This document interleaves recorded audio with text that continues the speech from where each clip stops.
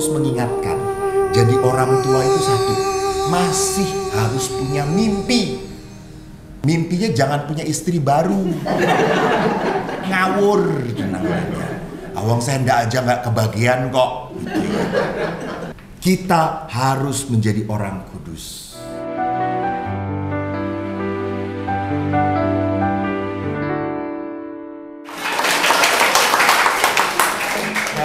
Dulunya pendeta ya? Atau dulunya suster? Dokter ngomong.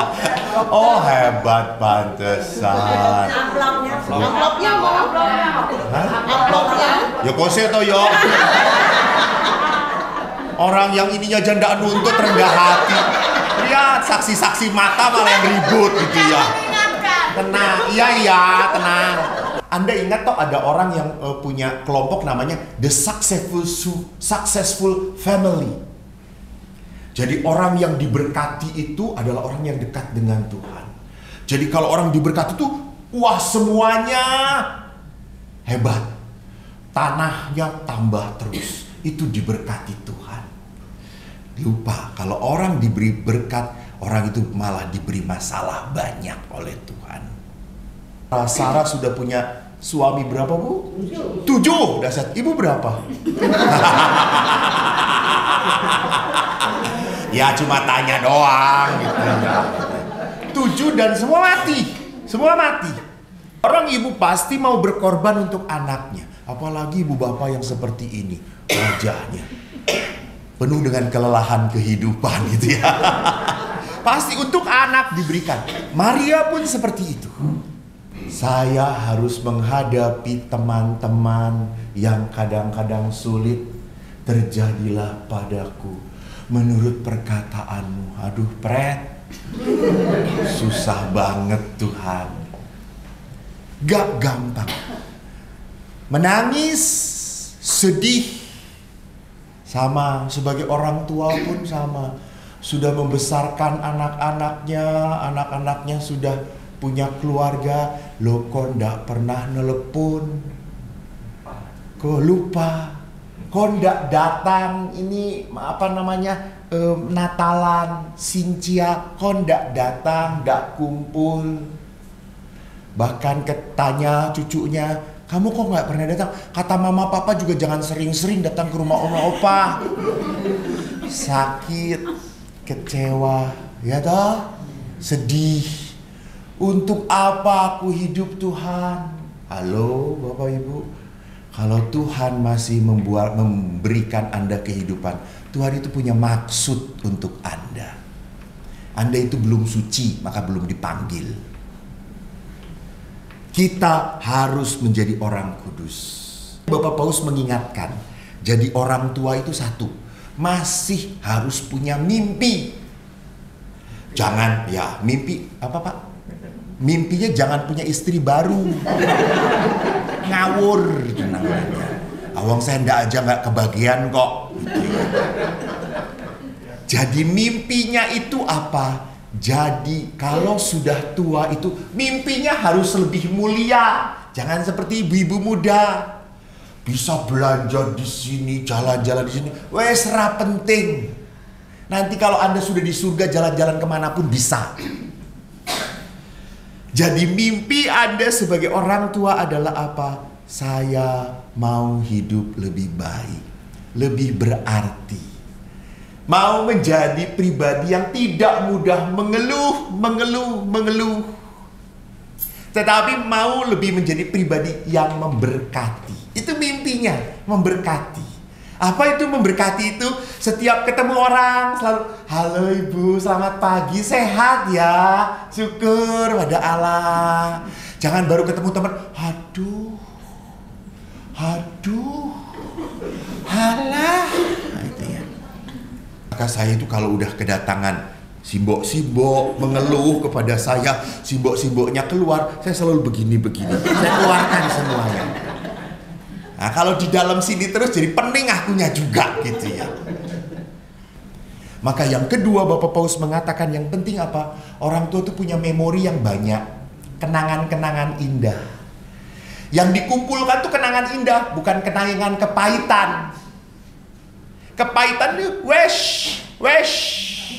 Ben bablas angine. Biar lewat. Kalau orang mengumpulkan kenangan kepahitan, hidup menjadi pahit. Udah itu makanannya paria lagi.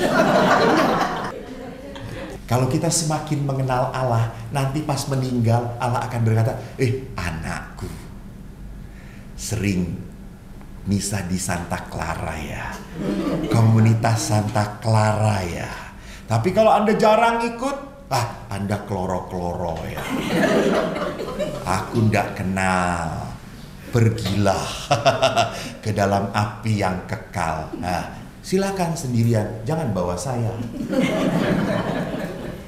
Bapak Ibu yang terkasih, walaupun anak-anak menjengkelkan, walaupun anak-anak mengecewakan, walaupun teman-teman seponitas pernah menyakiti saya, tetapi sukacita tidak pernah hilang dalam hati saya. Saya mau nanya, pertanyaannya, apakah di zaman ini, sekarang ini masih ada penilaian atau pengamatan untuk orang kudus? Ya. Berapa bulan yang lalu tuh, saya ulang tahun bulan Maret. Lalu sebelum pandemi saya selalu ulang tahun dengan seorang oma yang tanggalnya tidak jauh dengan saya. Nah, setelah pandemi kita tidak pernah bertemu karena juga saya takut, beliau sudah tua. Tahun ini dia itu ngomong kepada anaknya, kok aku ingin dirayakan dengan Romo Eko. Beliau merayakan ulang tahun yang ke-90. Saya aku ke-54. Aku 69, 54. Lalu kita misa. Beliau senang banget, masih bisa jalan. Pendengarannya bagus. Tapi lucu, suatu saat kan kita harus potong kue toh. Lalu kan kita nyanyi Happy Birthday. Setelah Happy Birthday kita nyanyi panjang umurnya. Oma itu langsung ngomong, udah cukup. Jangan panjang-panjang. Capek saya hidupnya. Gitu. Kan kita ketawa. Terus siapa? Jangan panjang-panjang. Kalau gitu saya juga nanti pendek umurnya, kata saya itu.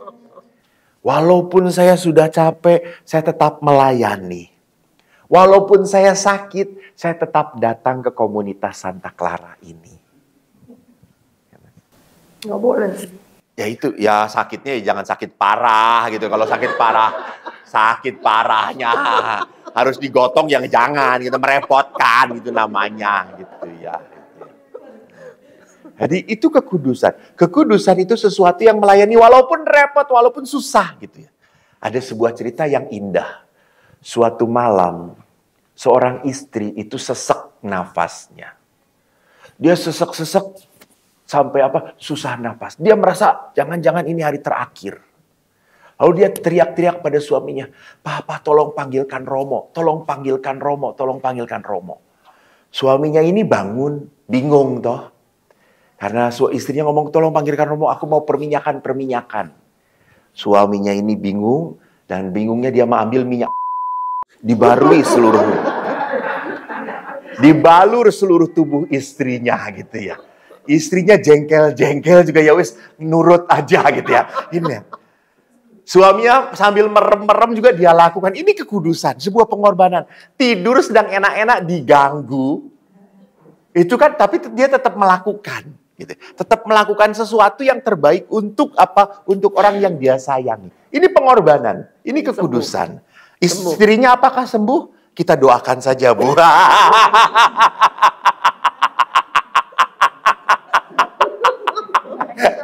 Kalau malam-malam saya dengar suara Romo.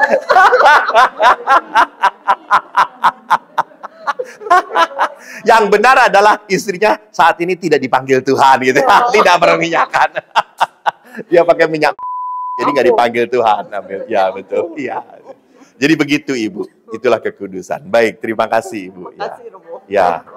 Romo itu baptisnya siapa? Oh ya. Matur nuwun, Mada. Saya kaget rupanya orang tua itu kalau punya pertanyaan aneh-aneh ya. Saya enggak tahu, tetapi itu tradisi dari sejak zaman dahulu bahwa memakai nama orang kudus. Nah, yang kedua, nama baptis saya siapa? Konstantius. Ya, Konstantius sangat tidak terkenal. Constantius adalah seorang ordo OP, ordo Predicatorium. Beliau hidupnya menjadi kudus karena apa? Membarui pola kehidupan di biara dia. Jadi itu. Jadi orang kudus ini memperlihatkan yang melindungi saya adalah pribadi yang sungguh hidup di dalam apa? Kecintaan pada gereja, melayani di dalam panggilan dia sebagai seorang ordo biara, rahib, seorang rahib biarawan. Nah, saya tidak memilih sendiri. Saya manut bapak saya, kamu Constantius. Gitu ya. Iya, dia pikir saya senang, padahal saya menolak gitu. Karena saya inginnya pelindung saya Yudas Iskariot. Gitu.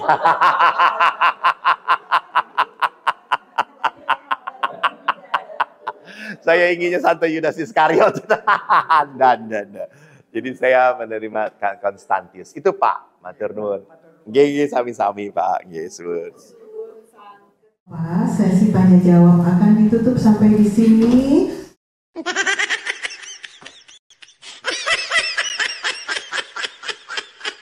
Ayam, entok,